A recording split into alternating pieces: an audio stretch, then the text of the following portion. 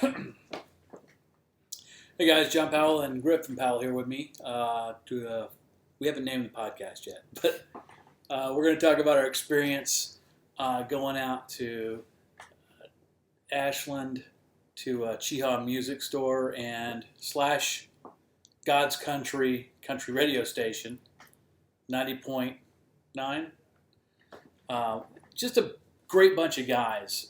Griffin got out because he wanted to go get a guitar stand because he's been playing for about 2 weeks now, and his interest is growing, and so he wanted to take care of this old first act guitar that cousin Gabe Hall left. Gabe Hall or Gabe Paul? Gabe Hall. Gabe Hall. Not Gay Paul. We might have a Gabe Hall in the family. I'll have to look and see. But Gabe Hall is our cousin, somewhat removed from sanity, but he left first act behind, and Griffin's using it to pick up on guitar. Since I showed interest in it, he's kind of joined me on this journey into guitar hero land. Stepping into the twilight zone. Anyway, we went out to go get the guitar stand, and we just had an awesome day. It wasn't what we expected to be in and out with whatever we were looking for. But dude, we walked in there and they were like happy to see us and started showing us stuff. Got some kind of handouts, some free guitar picks, and decided to get just a guitar strap while you're there. You get a guitar tuner, and one of the fellows set him down and gave him a guitar lesson just because we were hanging out and just. Man, they were some pretty fun guys to be around. It was awesome. Like, seriously, I'm just thinking that'd be a good place to go and intern for sure. And even if you're not interning, you just go there to help out. It makes you just want to be around them, be around those people. Chunk was great. I didn't catch the other gentleman who was playing the banjo. He was awesome, and he really helped Griffin out to learn some stuff and was. Very influential, and I got that. He was. I wish we'd caught his name. I cannot. He gave me his name, yeah, but I'm sorry. From all that information that I got, I still was trying to keep that information. Oh man, we'll get it next time, and we'll definitely be back there to hang out with him. So tell him I'm taking up all the time. What'd you get out of going there? I mean, he definitely helped me with the F chord or the F note. That doesn't sound right. That's still just saying. Sounds like a bad word? Yeah, it just sounds like I'm. He used the F note. But he just told me that switching in between C and F, and that actually does help me. And then he showed me 2 different ways to play F, from you playing it as the bar, and then playing it with just one, not as the bar. Don't know what you really call that. And then he also, I forgot to tell you, he also showed me different ways, the 2 different ways to actually play from strumming and then plucking the strings. Sweet. He played banjo for us, which was really awesome to watch. Man, that was... Chunk was, he showed me this guitar, this Martin, that was 60 years old or something like that. They'd found it in a box somewhere. He just found the neck and the guitar and didn't have any of the hardware. I heard you say that was that the one that you said was really light? It was, incredibly, because it was hollow inside. And so he hands it to me, and then he's telling me how expensive it is, and I just felt scared to move because I'm holding, some people pay that much for a used car. And I'm standing there holding it, just afraid that it's going to fall out of my hand somehow. They have some awesome guitars, and Chunk is great at working on guitars. He put the post for my strap on my acoustic. So if you're in the Ashland area, or if you're anywhere in the East Alabama area, if it's not the dog, it's the cat jumping in here and making runs. If you're anywhere in the East Alabama area, man, go to If you're anywhere close to Alabama, just go and live visit. in this dimension. Stop in Ashland, Alabama. Check out Cheaha Music and God's Country Radio. They're just a great bunch of people. So, next up on the... What do we do today? We watched Swiss Army Man. That was... I was like, oh man, this guy's carrying around a dead dude. Yeah. Figures out, oh man, this dude isn't just carrying around a dead dude and is talking to him. He's straight insane.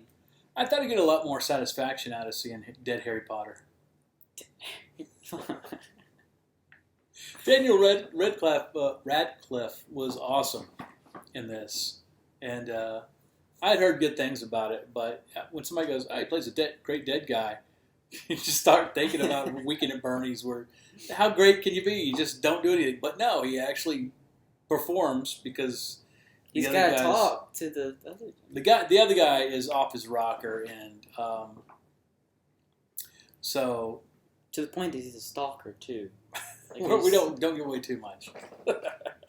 But so through his imagination, we get to see Daniel Radcliffe perform and give a lot of character to the corpse. That just sounds weird. A very curious corpse. I love the fact that not only is he dead, but he has to be taught things about society and manners and stuff like that. It's almost like he was an alien instead of a dead guy. When you think about it, it was almost as if we don't really even get... Well, we do get their names, but I don't remember their names. There's one thing I'm not good with, is names. Yeah, I could tell, because you couldn't remember the guy who gave you a free guitar lesson. Man, the only thing I can remember from him is that he's awesome. He was... Incredible musician. And he's like, yeah, and I wrote this song. And he starts, singing and playing and teaching you how to play his song. And before he told you it was his song, it sounded like a, official rock and roll song from the airwaves, like a southern rock, like classic rock. It didn't sound, it sounded awesome.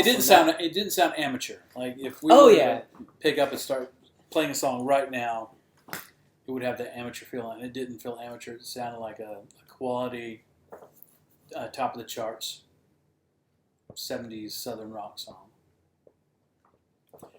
But it's not a place you just walk in and out of.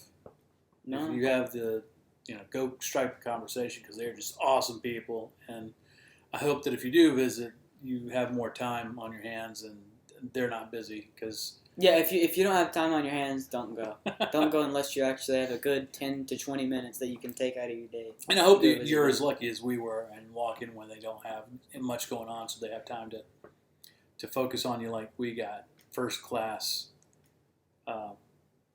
attention, and I don't know. There's a lot of great things to say. I can't wait to get back and tell you what happens next time. I know they do a great little morning show too in the morning. They do morning shows. Yeah, like a little podcast live streamed, and they have a zany morning crew there that's a hoot, just as entertaining as the fellows we met today. And that you can go to Facebook and check out God's Country 90.9 country music station. I mean, Monday. We can go check them out. We can go check them out. Because... We can go stand in front of the window and wave at them. You're good! Can we come in? Can we get on the air? We do a podcast. Knocks on the Hey! Oh, no. Oh, man. Woo. What else is on the agenda? We talked about we were going to discuss some of the movies that we've been watching. And do you remember watching last time you were here, we watched Caddy Shack 1 and 2. Oh, yes. Oh, man. Do you remember which one was the better movie? First one was. Really? In my opinion. In your opinion. Okay. Because the second one, yeah, it is a. I mean, you just have to watch them and decide. That's like, you like the first one, okay. You like the second one, okay. That's. Well, going in, I recalled the first one being the superior movie, but upon watching it this last time, I was thinking to myself, Caddy Shack really doesn't hold up that well. It's not as funny as I remembered it being. Whereas Caddy Shack 2 wasn't as cheesy as I remember it being. And they didn't copy the same formula. It was different enough. Oh, yeah, they were different for sure. Jackie Mason wasn't just doing this Rodney Dangerfield. He was a different character with different goals. And, he brought forth the greatness of Jackie Mason, which I don't think that I appreciated until I was older. And I guess the weak point was Dan Aykroyd trying to fill in for Bill Murray's character. And I think that everything would be cool except for that stupid voice that he was doing. Like he was just trying to do what Bill had done, because Bill kind of did that idiot voice. And it worked for that character. But Dan Aykroyd was just so over the top. Mr. Esterhaus. Oh. That was intolerable. Man, if you had the cross-eyed, I think Chevy Chase kind of phoned it in on this one too, because it seems like he walked on set and said like 4 different things and picked up his check and walked out. Whereas he was prominent with the. Who do you think was the star of the first movie? I don't know, it kind of jumped around, because first I thought it was, oh man, who's that one the young guy who... The Caddy? Yes. Okay. I thought it was the Caddy in the first film, but then the second one, it wasn't. Like, it just jumped around so much, I couldn't... Yeah, because in the first one... There's like 3 different ones. The first one, you're pretty much following the Caddy for the first act. But during the second act, we realized that Chevy Chase's character, Ty, is kind of a big player, and you kind of start going, okay, are we following Ty's story? But then all of a sudden, Rodney Dangerfield just kind of explodes into the scene. He's like, hey, everybody, it's my movie now! And then so that was something that I really liked about both the movies, is that it's real you don't get an ensemble movie a lot of the times like that. You get to focus on one guy and everybody else is a supporting role. Caddy Shack 2 didn't quite do that as much, because you're just kind of following Jackie Mason. Was there was a caddy that you followed in that one, right? Oh, it was Jonathan Silverman in the second one. Who? Oh, the one that was starting to try and play golf? Yeah. Yeah.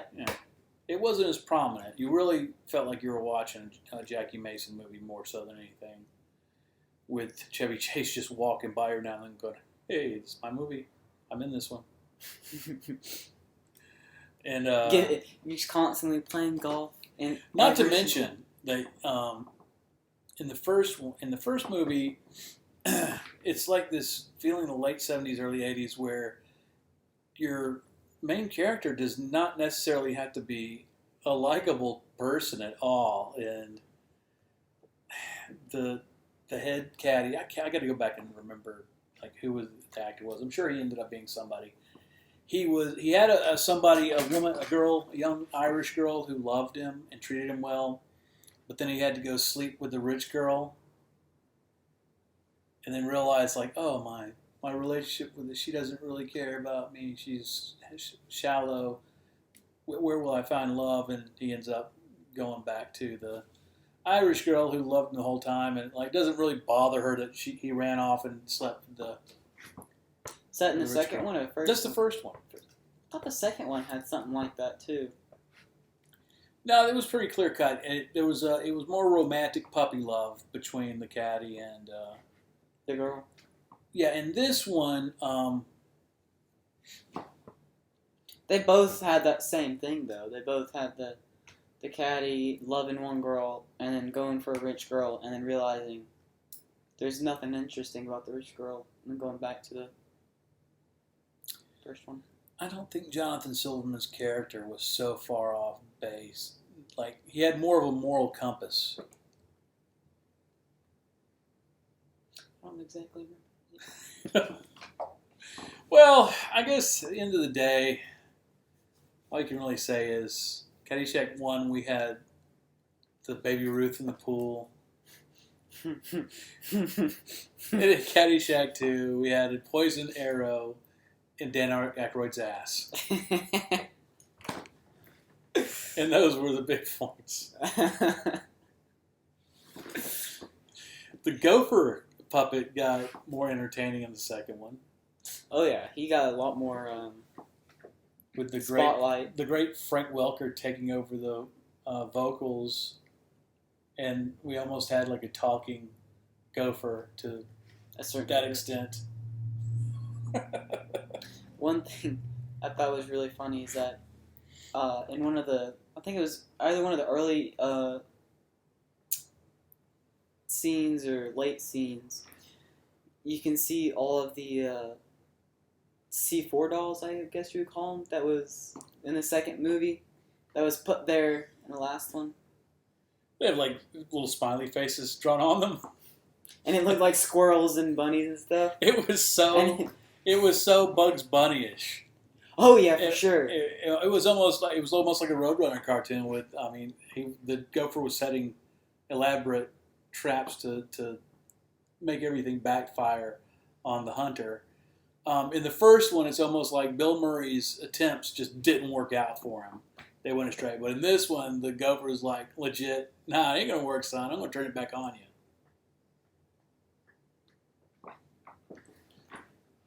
So, rating the movie from 1 to 10, Caddy Shack 1, what do you give it? Scale from 1 to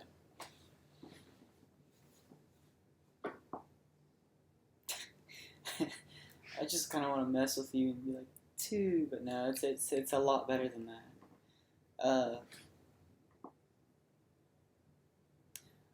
For its time, I would say a 7. 7 or 8 for its time, but for nowadays, 6 or 7. Okay. 7 or 8 for its time, 6 or 7 now. That's fair. I was just going to judge it based on being a movie in general, and I would give it a 6. It's slightly above average due to Rodney Dangerfield's energy. Caddy Shack 2. Oh man, that one's I'm gonna say this: in Caddy Shack 2, there are a lot more colors, so it's a lot more colorful because it is, and I don't know if it's just the putt-putt that Jackie Mason built. It might have been, because that's really the only reason. Plus, the actual graphics of the 2 movies changed. Oh, you know what? I forgot about something that was okay. Yeah, the second one was much better because of Randy Quaid. When he comes in and he pantses Robert Stack, he gives him a wedgie. How he goes nuts. He's all calm and then just goes insane. So I'm glad I thought about that because that drives my score up further. 8 or 9. Are we giving 7? I feel like we need to give the first one a lower score because we're scoring the second one too high. I'm going to say a 5 for Caddy Shack 1 and a 6 for Caddy Shack 2. I thought that I would have given Caddy Shack 1 a higher score before I went back and viewed it again, and it just doesn't hold up. And I thought I would have given Caddy Shack 2 a much lower score than what I'm giving it. Caddy Shack 2, my favorite part is whenever they're playing. He's playing golf in his own house and just doesn't care. He swings it and it starts going all over the place. Oh, Ty? Yeah. Yeah. Like, I'm rich and I don't have any responsibilities. Yeah, it was just... No sense of consequence. It was just so funny. He just kept on playing until he got outside. Even then, he still kept on going. So what's the score for Caddy Shack 2? Oh, man. 7 or 8. I'm going to stick with that. 7.5. 7.5. Okay. Is that That's fine. I don't care if you go a half point. half point? So that's our movie review and our experience for the week. What about Inglourious Basterds? No! We gotta wait till next week and we'll discuss. You haven't even finished it yet. Yeah, we did, because we started watching... No, we jumped to something else. Because it was inappropriate for Hannah, who came running in. Oh, yeah. So you gotta watch that later tonight after we get back in. We'll do a few Tarantino films for next week. Okay. Because you need to we still need to finish. You need to see Hateful Eight also. I don't know what you're thinking about. You probably haven't seen it.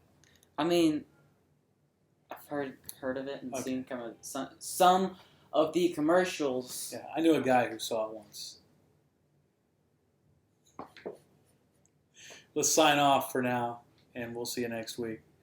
Give us suggestions on a name for our podcast. We kind of need it. Leave a comment. Even if it's a dislike, tell us why you dislike it. Maybe we can fix it. We don't know what we're doing. We have no plans. Headless chicken. Like the Joker, we're just dogs chasing tires on cars. We don't know what we're going to do when we catch it. See you next time. Hit the button, Frank.